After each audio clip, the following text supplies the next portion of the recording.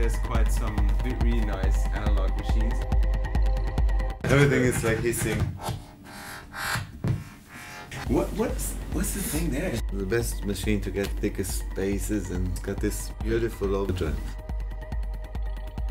And now that it broke down, we can't get any bass. Oh no. So we're just making very trebly tracks.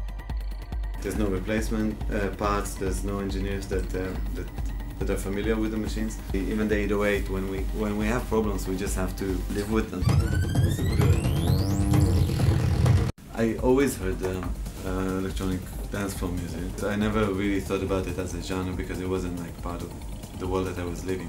When I was like more in the classical training world, I heard it in the background. The stuff that I liked within it, it was maybe the world that sounded a bit similar to maybe concrete and maybe like New York minimalism, stuff that had this hypnotic nature of repetition. That I could always relate to when I hear a techno production that uses the repetition, uses the structure of 4 beats to kind of expand the space between every beat and just allow like more creativity in the tiniest like crackle and noises and little bleeps. Super good.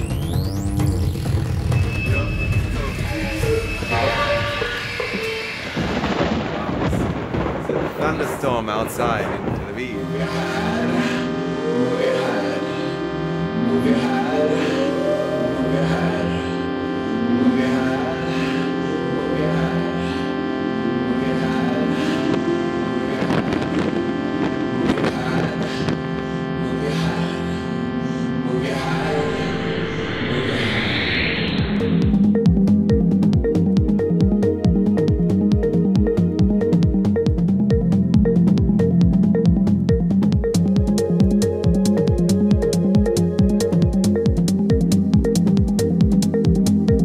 On the Dutch highway to visit my hero Jeroen Serge.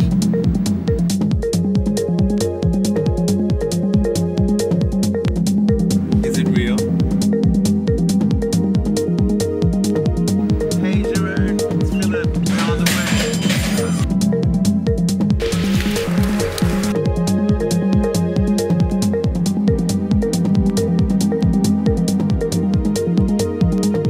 Here is very influential to me. New Reality. I brought it today because it's the first time I ever do this. I want to ask you to sign it. I'm gonna do it. Okay, cool. I'm gonna. Wow, thank you so much.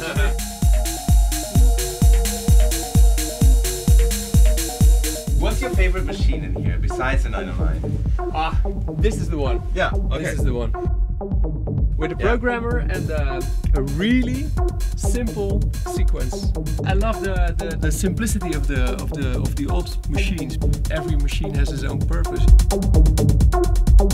They're not complicated machines. This is just one sequence, one sound. You know, that's it. Cool. Back in '96, would you have expected this music to be around still, playing kind of the same music than like 20 years ago?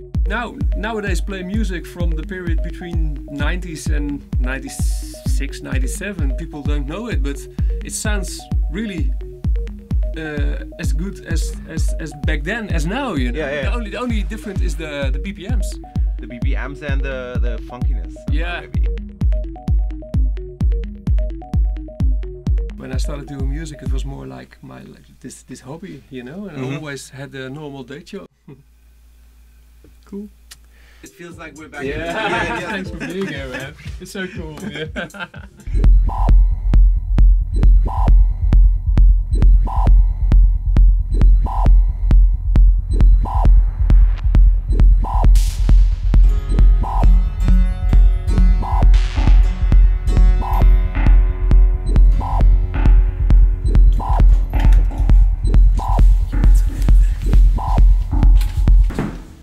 Eddie! Hey! What's up? Hey, man. What are you working on? Working on like out of tune bass lines. Hey, how long have we been neighbors now? I think it's 6 years. It's so cool, no? Hearing sounds filtering through from a half-open door, or like while we're having lunch, while we're cooking lunch, there's something playing. Like, oh, what's that? What's that? Maybe we don't see each other for 2 or 3 weeks, and then the next time you come back, the track's finished. You know what's cool, Philip? The sound from the track on your mix is.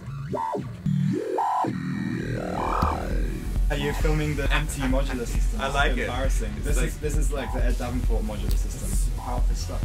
You know? What does it do? It turns on. When did you start producing music yourself? When I was about 14, 15, because I was in a band and I was playing guitar and doing all that kind of stuff, and then at the same time make stuff at home and quickly record it onto a cassette tape and then take it into school and play it to my friends. Sometimes it was drum and bass and sometimes it was a remix of some pop song that I liked, or some, you know, very primitive kind of naive stuff in a way. I love awesome. small things that you can get something out of. About the age of 16 I was DJ.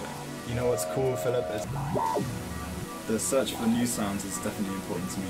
Take your time and let something sit and mature and come back to it every day and week and month until you're really sure that it's good enough to release, and that's like really, really valuable. Yeah, time is a beautiful thing with making music.